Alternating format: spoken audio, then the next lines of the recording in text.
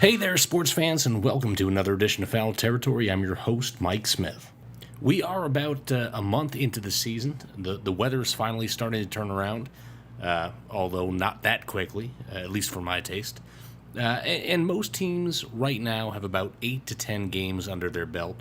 So I thought it was time to start taking stock in where everybody's seasons have been to this point and where they're going. So with that in mind, I figured we would do something new here. We would unleash the first ever MABL podcast power rankings, just talking about where teams are right now, and in some cases, the way that they're trending. I've had a lot of our statisticians, the league statisticians, pore over the stats and comb everything from VORP to UZR and everything like that to give me a better idea of where everyone is. But also, I don't believe in any of those stats because I'm an old-fashioned baseball man. So what we're looking at today is basically what have you done so far, and what does it look like you're going to do in the future? It's kind of a gut thing. These are my rankings, so this is not, if you don't like where you're ranked, blame me, blame nobody else. And I'm sure some of you guys will have some problems with it. It's an undeniable truth that in leagues like this, there can only be one winner. The rest of us don't get participation trophies, even though my Mud Hens did get a participation trophy last year. So, there's only one top spot, and everyone else is trying to work their way there. And that's what I think that, I've tried to encapsulate in my rankings. So for you teams that are maybe not where you wanted to be at this point in the season, I hope this serves as a fire under your ass, so to speak. You can use this as motivation to turn a corner. But for everyone else, let's just have fun and talk about baseball. So starting off in the number 16 spot, there's really only one team that this can go to, and I think that they're wearing it well. Right now the Expos have not won a game, so at 0-8, I feel like they're pretty deserving of the bottom spot. But this is a team that for the guys that are playing them in the coming weeks, I definitely would not sleep on these guys. Now I'm not gonna lie, they had a bad start to the season, but you can see in the weeks, the past few weeks, these guys have really been coming on strong, and I think that they're, they may not be a playoff team at the end of the day, but they are definitely going to impact the playoff race because they're going to earn a win over somebody. They're going to earn a couple wins over somebody, and I think that's going to make a big difference when we see how the final standings shake out. Now, the reason that I'm so bullish on the Expos right now was their last performance when they took on a Tigers team. We are talking about the Brooklyn Queens Tigers. The Brooklyn Queens Tigers are one of the best teams in the division, hands down. They got smoked in one game. They faced Polius. They got smoked as a lot of teams, tend to do against him. But in game two or game one, I'm not sure which time this happened. They also faced Corey Harper, who was the reigning MVP. Harper had a great year last year, both pitching and hitting. He's one of the league's top players, and to be dead honest, they gave him fits. They took the Tigers to extra innings in that game, which I don't think anybody would have expected beforehand. I'm sure the Tigers came into that game looking at their record, thinking that they were going to, I don't want to say walk all over them, but, they were going to come away with 2 easy wins. They weren't going to be worked hard. But these guys really proved them wrong here. The game was tied 6-6 through 7 innings. The Tigers came out in the top of the 8th and scored 7 runs. That's a point where a lot of teams would just collapse. But when the Expos got up to bat in the bottom of the 8th inning, they did anything but that. The kid Bayer hit a 2-run home run. They ended up scoring 3 runs, and even though the rally fell short in extras, that's a good sign for a team because these guys don't care about their record. They're fighting out there for every out, for every run. That's a team I would keep my eye on moving forward. Which brings us to the team in the number 15 spot, and it's another team from the Brooklyn Queens Conference. And here you got the Diamondbacks. Now it's really rare where you look at a team who's underperforming, and you can point to one reason, and one reason only why the team is not at the level that you thought and they thought that they would be at. But with these guys, it's pretty apparent, and it all comes down to defense. You take a look at the Diamondback stats this year, and over half these guys' runs have been unearned, which is, frankly, it's startling. But this is a good baseball team that has just had some problems in the field. They got a good number one in Showtime Garcia, who's maybe a few years, I don't want to say past his prime, but he's, not the guy that he was in 2011 when he was, living with a 1.7 ERA. But he's an effective pitcher. He's a guy who can get people out.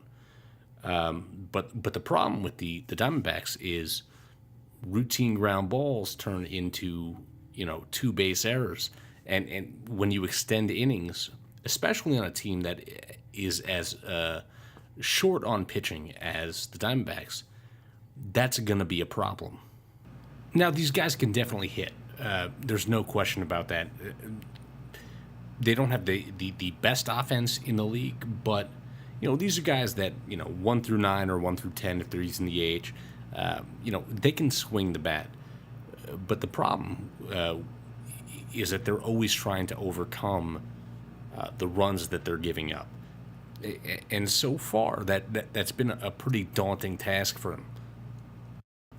Now, here's the key to success for the Diamondbacks. They had a kid pitch for a game for them earlier in the year, a kid named Jeremy Victor. And he threw a complete game win against the Giants, which, it's a big game. It's a league game. Kid was dominant. 7 innings, 14 strikeouts. This is the type of performance that you're looking for a guy to lead your rotation.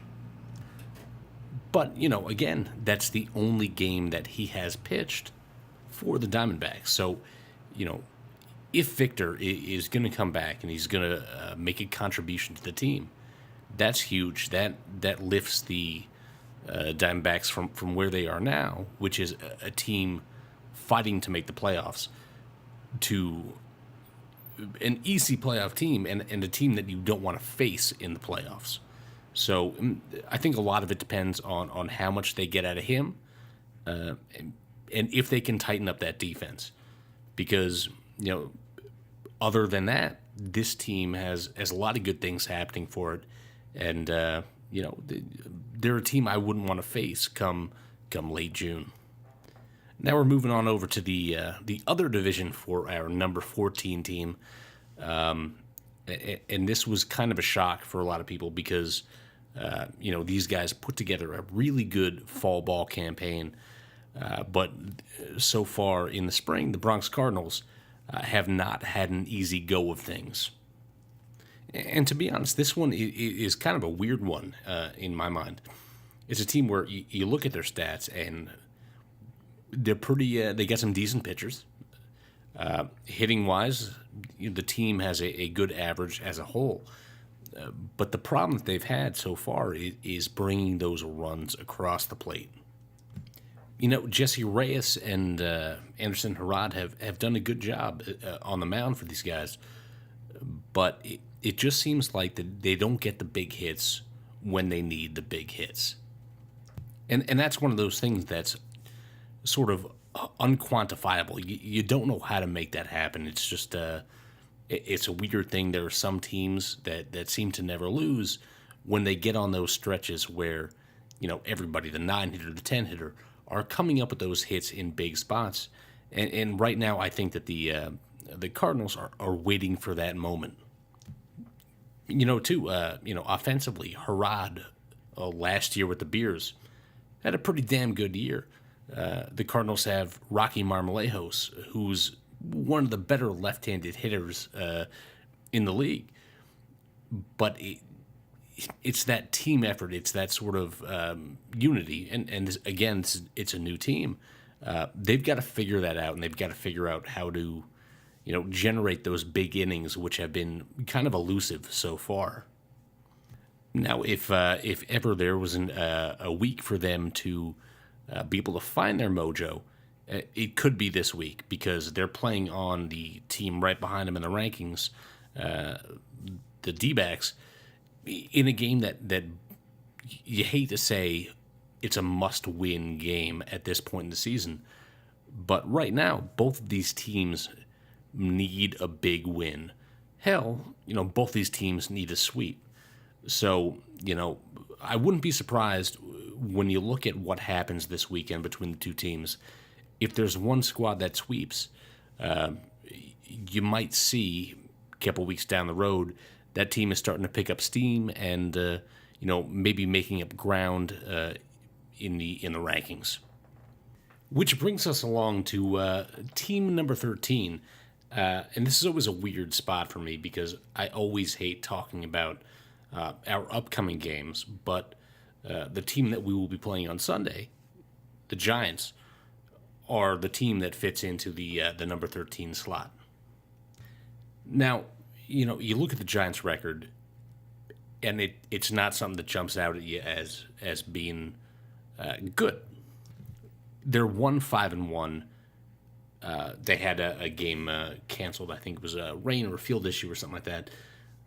But record aside, if you look at the way that these guys have played some of the top teams in the league, you have to wonder why their record is the way it is.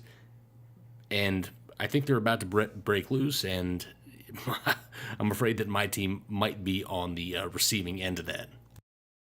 So they played the Tigers a couple weeks ago, the Brooklyn Queens Tigers. And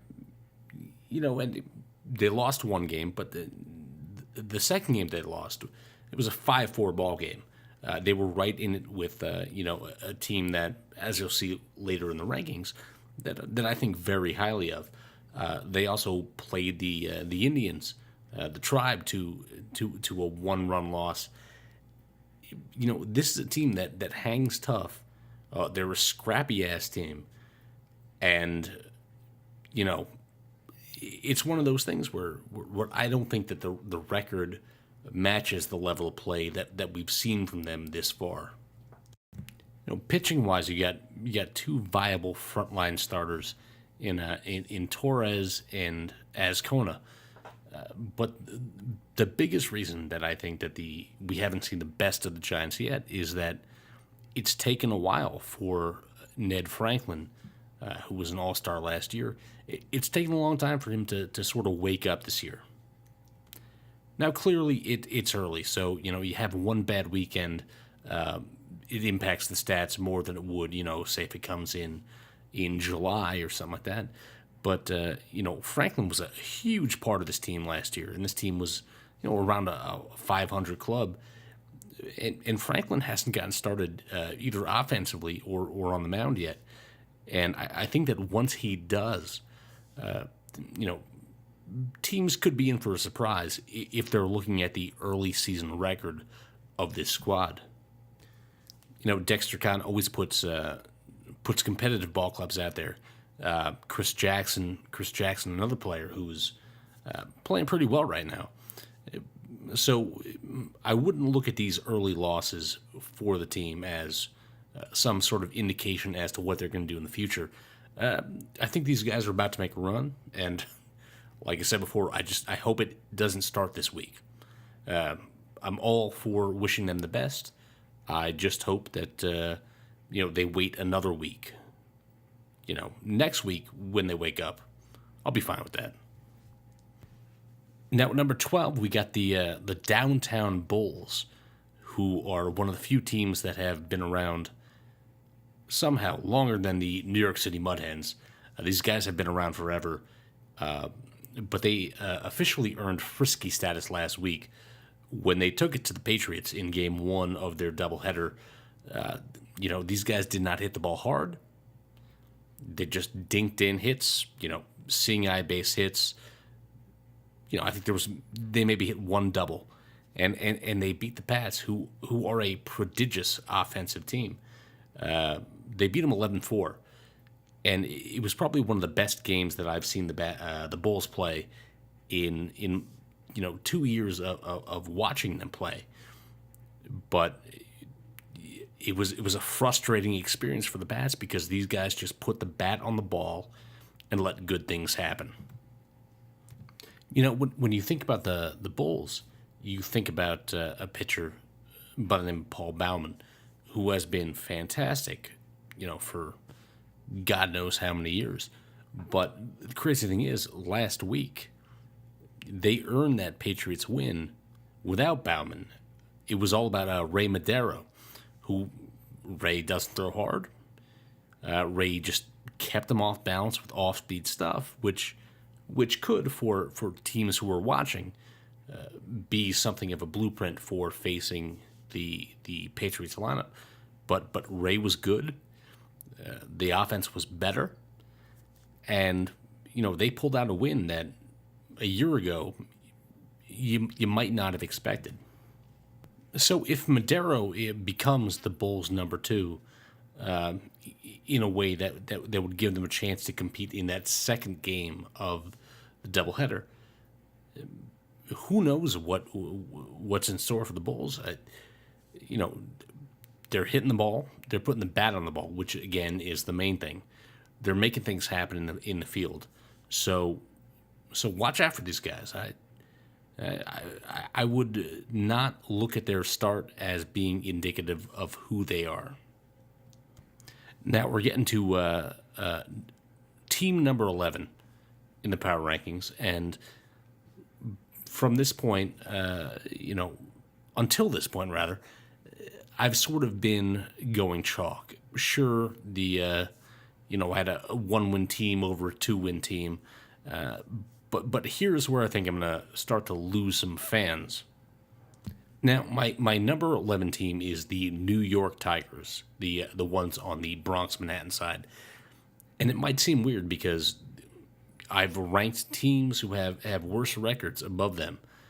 But I think there's a method to my madness. The Tigers have a pretty good lineup. As a team, they're hitting .313, which is, it's in the top half of all the teams in the league. So, that's good. The pitching has been middle of the road to good. It's pedestrian, but fine. But the issue with the Tigers that I have actually goes back to last year, where they were in a similar position and just started to lose games once the weather got warm. Now, I'm of course not saying that the Tigers can't play in warm weather. That's dumb. But what I'm saying is that it seemed to me that last year that losing sort of became a culture with this squad. So you have last year, or last week rather, they play the Bears without Ryan Smith, mind you. And the Bears have been struggling. The Bears had one win up until that point. And the Bears are on a sweep somehow. The Bears hit the ball. The Bears found enough guys to throw strikes where, they gave themselves a chance to win. And the Tigers did not have an answer to that. Now, of course, you can look at one game or one doubleheader rather as an isolated incident. But the thing is, last year the Tigers got off to a great start, and by April 30th, I think, they were the number one team in the Bronx Manhattan division. Then they got swept, and that started kind of a snowball sort of avalanche and they lost 10 games in a row. Now, I'm not saying that the Bears game is going to do that to this year's team. I know they made some upgrades. I know they brought in some different players, but the thing is, when that sort of thing is in your DNA, you have to look at that, when you're making a rankings list, and you want to see a team bounce back before you put them to maybe where they should be ranked. Now, the great thing about the Tigers is that they've got the perfect opportunity to bounce back this week.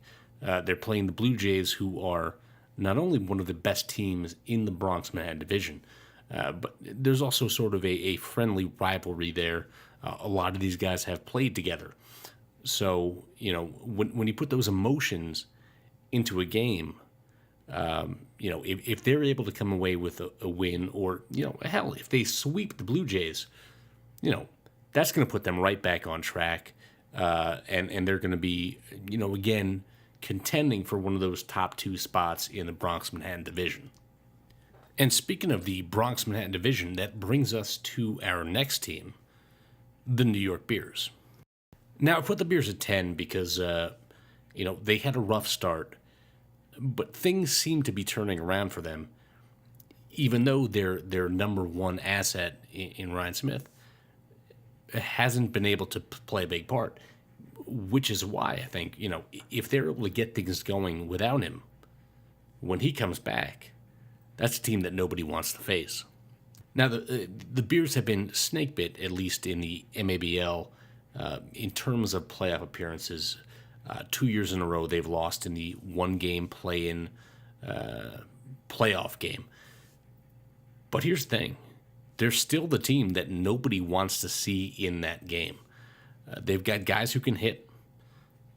Max Lurkey, great bat from the left side. Matt Regan, Darling, their center fielder is also one of the most underrated players in the league. But it all comes down to Ryan Smith. Now, Smith is one of those guys where if you put him against anybody in the league, Polius, any team's ace, you expect that Smith has a chance to win. And so far, Smith has not really been pitching much for the Bears, which partially explains the 3-7 record. But also, if this team is able to win games without him, it's a little bit scary for the guys they're going to have to face down the road. They have sort of an elusive player in Devin Warner, who, has been on the team for a couple of years, dating back into the Metro League. He doesn't show up all that often, but when he does, he's a switch hitter. Probably, he's a guy who can walk off the street and be one of the best hitters in the league. They've gotten more games from him so far this year than they did all of last year. So if he's going to be a continual presence in that lineup, that's a big game changer, because he's a guy that you don't really know how to pitch against. He kills you with speed. He hits the gaps. He's a hell of a hitter. They also got a good performance out of a new pitcher, John. I'm not exactly sure how to pronounce the name. Nijuan. It sounds about right. But anyway, he scattered 7 hits in a complete game win against the Tigers last week, which was a big win for the team, and a big win for him because that's the first game he's thrown all year. So, this is a team who I think that their star is waxing rather than waning. I think they're about to, put together a couple good wins, and it seems like a team that, like I said, if you're going to see them in a one-game play-in, you better make sure that you're ready to bunt your way to a win, because I don't think anybody wants to play them. Which brings us to number 9, where we have a team from my neck of the woods, the New York Mustangs. To be honest, I have a hard time getting a real read on this team. These guys have only won 2 games on the baseball field. They have a win by forfeit. But otherwise, I mean, it's just a team that I have to look at past performance to kind of extrapolate as to what's going on this year. You know, these guys can hit. They've always been able to hit. You know, they hit well. They hit for average. They hit for power. They steal bases. But seeing as they have played so few games against teams this year, it's tough to say how the years have affected them, how they're playing this year. So I'm just going to stick them where they are at number 9, and I would give them an incomplete to this point, and it's not their fault. But again, we just need to see more about who this team is. If they're anything like the team we had last year, they were phenomenal. They ran into a buzzsaw of a San Pedro Mariners team in the postseason, which was a tough break for them. But this is a good ball team. Make no mistake. But again, you know, they just haven't gotten the games in. Now, for my next team, you look one rung down on the Brooklyn Queens landscape, and you're going to see these guys, the Brooklyn Indians. Now, we played the Indians, we beat the Indians, but we didn't really beat the Indians, if that makes sense. This is a team who, their biggest issue so far has been getting guys to the games. For example, when we played the Indians a couple weeks ago out in Coney Island, they were missing their ace, the kid Roberto Mendino. Now, Mendino has been an absolute savage on the mound this year. You know, in the early goings, like I said, in the Week 7 matchups or whatever, you know, he's a guy who looks like he might vie for a Cy Young this year. He's a first-year player to the team, throws hard, he's around the plate all the time. But again, you know, we didn't face him. So, you know, we pick up 2 wins over the Indians, but I don't feel, and none of my guys felt like we beat the actual Indians. We knew they were shorthanded that day, and that's going to be the biggest thing for them moving forward is getting those guys to the field on a weekly basis. You know, they got the Expos this week, and you know, I know that I sung the praises of the Expos earlier, but I think that's a doubleheader that the Indians should win. But the game that I'm really looking forward to seeing is when they play the New York Tigers. That's the ones from the other division. I'm looking forward to seeing them play the Tigers next week because I think that's a pretty even matchup if the Indians don't have all their guys. Because they have enough depth to be a good team without Lantigua, without Medino. They're a solid competitive team. With those guys, however, I think that might push them up into the elite status. So it remains to be seen whether or not they come to the games. You know, offensively, Derek Ali, who is, you know, he's never going to win MVP in this league. But he's one of those guys who, if you've had pitchers like I have, who have thrown to that team for a while, they hate facing that guy. Ali is the kind of guy that will never try to take more than you give him. You put a ball in the outside corner, he'll double you into the gap. He's a phenomenally smart hitter. He's sitting, I think, 391 right now. Expect that number to rise. But he's the kind of guy that teams need. He's a veteran, patient hitter. And, you know, the thing is, on that team, you know, you got Verona, you got Tavares, you got, you got Deshaun. You have a bunch of veteran hitters who are going to make an inexperienced pitcher work. So you better have a guy who throws strikes and knows how to pitch whenever you face the Indians. If you don't, be prepared for a lot of walks and a lot of timely base hits. Now, if the Indians are a team that are gonna bleed you to death, the Patriots are a team that are gonna go right for the decapitation. The Patriots come in next on my block, but it's not because their offense doesn't hit home runs. I mean, these guys have right now 9 team home runs. I'm certain that if you calculated all of the Mud Hens home runs from the time we started in 2007, we would be neck and neck with the Patriots right now. These guys can mash. And the thing is, too, they can also pitch. I mean, they got Cheyenne, they got Derek Ferreira. That's a great 1-2 punch. But for some reason, the Patriots have not been able to really offer a sweep, which is troubling because that's a team that on any given day, given those 1-2 starters and their offense, they should be able to beat just about anybody. But a dink hit there, a blue pit there, and they've lost a couple games that I'm sure that they would admit that they probably should have won. So the big thing for them is just finding the way to hit I'm trying to put this the right way, the slower pitchers. The Pats are a great fastball hitting team, but when you see a guy like they faced with Madero against the Bulls, Madero gave them nothing straight to hit, and it became a problem. And so that was the path to victory for the Bulls. Now, can it work twice? I doubt it.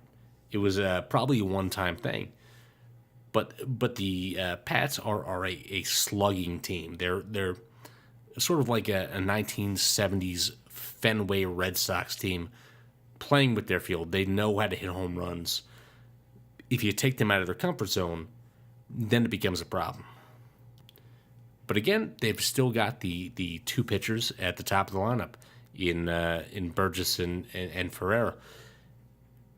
What I would like to see from them is developing one more guy. It's very tough to win with 2 pitchers. Hell, I think we tried it for about 10 years. But you need that guy that can come in. You need a couple guys. You need the mop-up guy, and you need the closer. And granted, it's early. We have no idea what Snoop has planned with his team. But right now, this seems like a team that, if they're on that day, especially at the plate, your pitchers are going to have a tough time. But they need to have that depth. Now, the big thing is, if they're going to start sweeping doubleheaders, now is not the greatest time to start because they've got the Riders this weekend, and the Riders are a team that can hang with you just about as tough as anyone. And they've got my own team, the Hens, next weekend. So it's a tough stretch for this squad, but I think that they're going to manage it better than you might think they will. I think they got a great chance to sweep the Riders this week, given the shorthanded nature of the Ramos-led squad. And next week, I mean, who knows? I have no idea who's coming to a game until the day of. So we'll see what happens with the Patriots down the road. Which brings us to team number 6, and I'm sure that I'm going to get a real hard time for this one. This has nothing to do with what happened in last year's championship game. I'm only speaking my truth. And for me, the number 6 team right now is the Rough Riders. Sure, they won a title last year, but the start of the season has not been the greatest for the club of the Ramoses or the Ramai. I'm not sure what the Greek plural is. That said, this is a team that by the end of the year, by as soon as May 7th, they're going to have their shit together. The biggest problem for the Riders so far has been the pitching. And, last year, the Greeks, as Ramos likes to say, in Gunaris and Zagoras, they were workhorses. They were there every weekend. They were pumping strikes. This year, they've been hit a bit. And I think that a big reason for that has been the fact that Julian Montserrat, the lefty that they got, has been struggling with an injury. But here's the thing. Once Julian comes back, that's got to be one of the best pitching staffs around, right? I mean, you got Montserrat, Gunaris, Nardozzi as a closer, Zagoras, and Steven Moran. They're going to be fine. But for right now, I put them a little bit lower back, maybe to motivate them so we see them in the playoffs. But, also maybe just because, that's the spot that they've earned right now. One thing that I love about the team this year is they brought in Jason Lopez, who, which I've said before, he is my least favorite player in the league. I hate that kid with a passion. He's a phenomenal human being, but I hate playing against him because he is, he gets on first base, he's on third almost automatically. So, they brought him on board, and all of a sudden he's hitting 471. No surprise. Has a bunch of stolen bases. No surprise. He's going to be a guy who, at some point in the year, in a big game for the Riders, he's gonna score that run because he is just tough as hell, man. He's a good ball player, and he's gonna have a moment this year. He may be on first, stealing second to get in the scoring position, stealing home, doesn't matter. He's gonna have a moment where his speed and his base running instincts make a big difference in the game, and I just hope not to be on the receiving end of that. And now we are moving into the top 5, which is a dubious honor because this is all men's baseball and nobody gives a shit. But for my number 5 team, I have a squad who, at least in the regular season, has made a complete 180 turn from where they were a year ago. We were supposed to play them last week. We got rained out. And it was an understandable rain out. The field was unplayable, but either way, this team is one that no matter what their record is, I always worry about, and that's the San Pedro Mariners. Now, San Pedro is 6-2 right now. The only losses they have were at the hands of the Tigers, the Brooklyn Queens Tigers. So everyone else that's been put before them, they have handled some close games, some blowouts, but either way, they've done the job. Now, the big thing about this team is obviously they just hit the shit out of the ball. And I apologize for the language, but it's true. I mean, these guys rake, and I think that anybody that's pitched against them will tell you the same thing. As a team right now, they're hitting 340. They've got a 523 slugging percentage, which is tops in the league. These guys can do some work at the plate. And, they can also run, man. These guys steal bases. I think, 23 stolen bases in 8 games. Every single guy on this roster can take you for a bag. Now, the big question always is do they have the pitching to go along with that? And, this year, I mean, DeJesus has been roughed up in a start or two. Again, it's early. But Justin Vargas has been real solid. He's been the steady hand that the Mariners need, and just shoring up that pitching staff is a huge move for a team that really had my squad on the ropes last year. And I was looking forward to seeing the Mariners last week, but also I wasn't. I I was like, I think our team might need a couple warm-up games to get ready for them. But, that's a hell of a squad.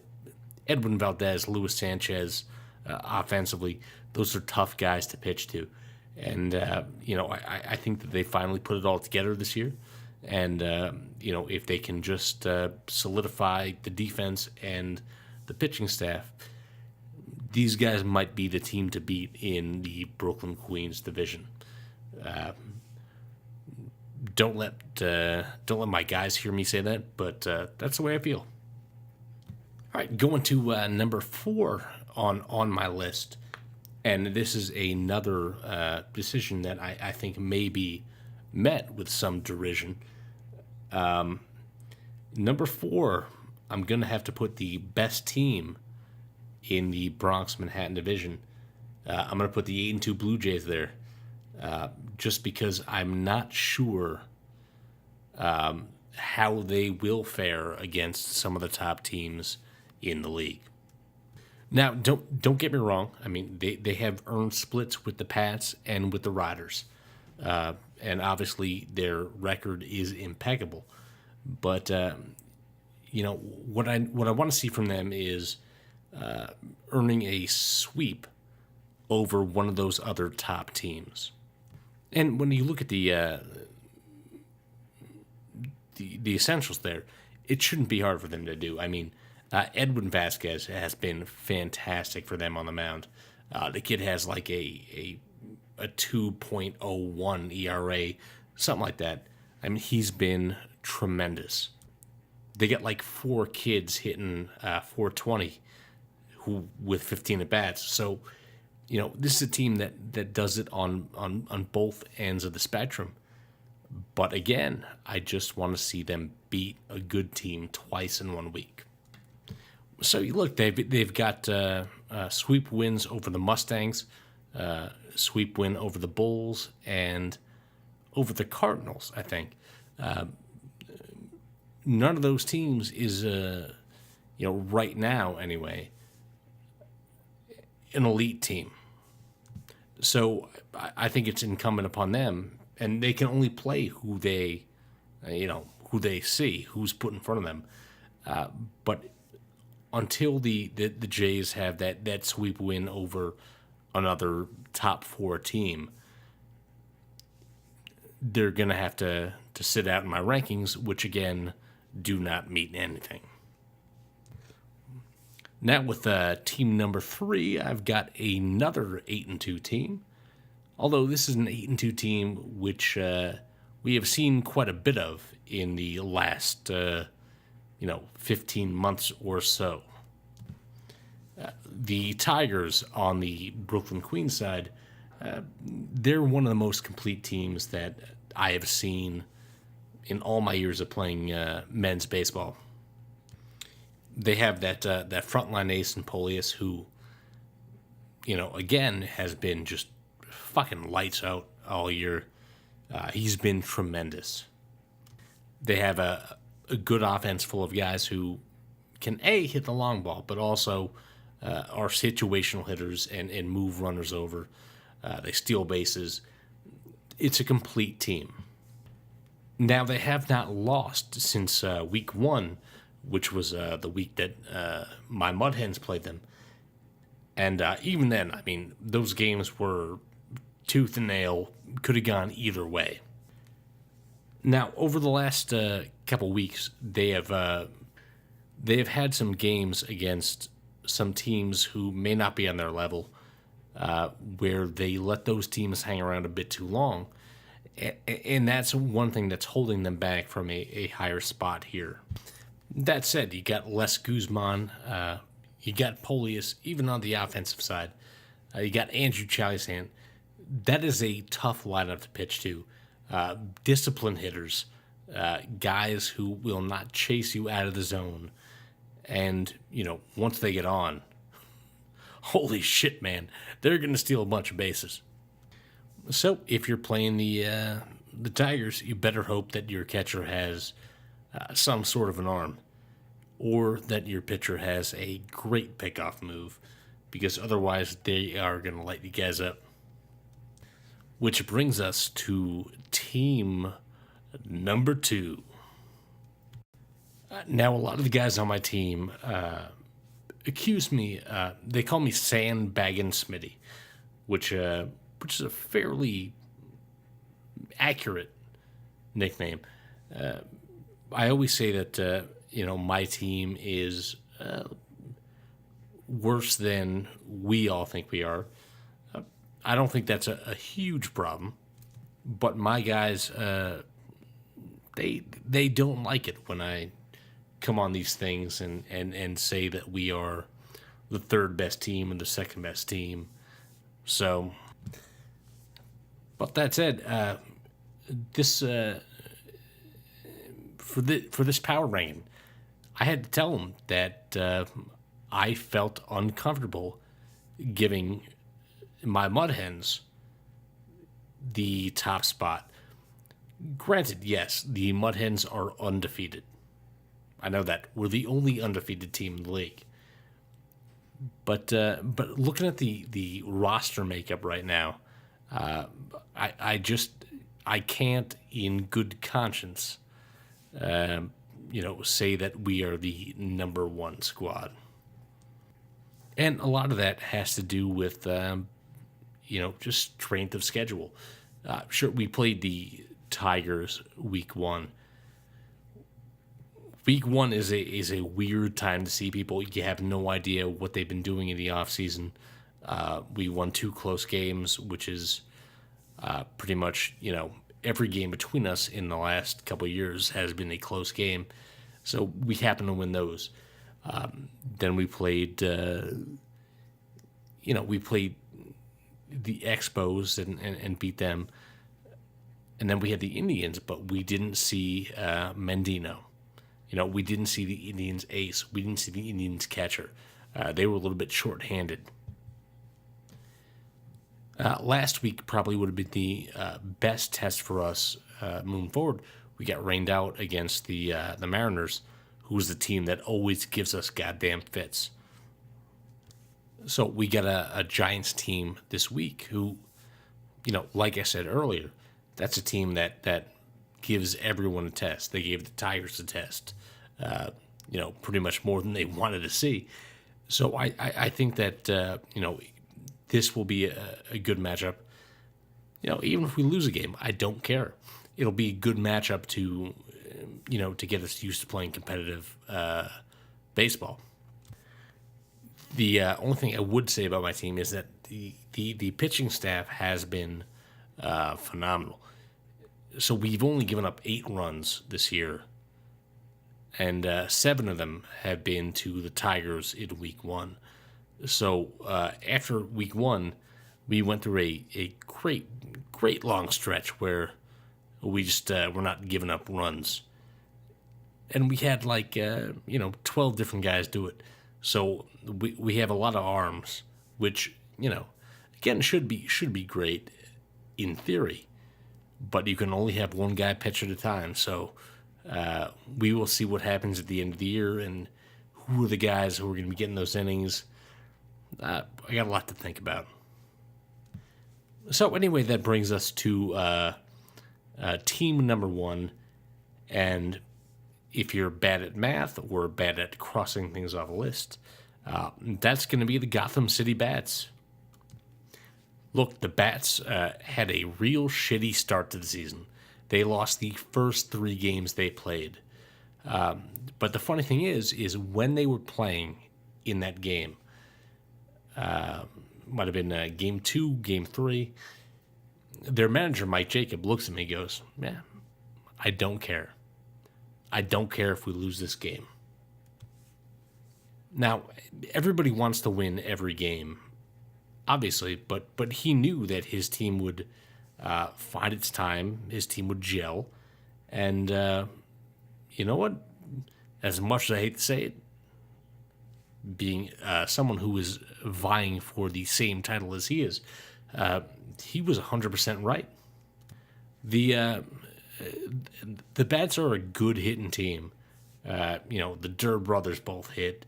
They got some good hitters, but pitching is they're the deepest pitching staff in the Bronx Manhattan division, and that's I say that without reservation.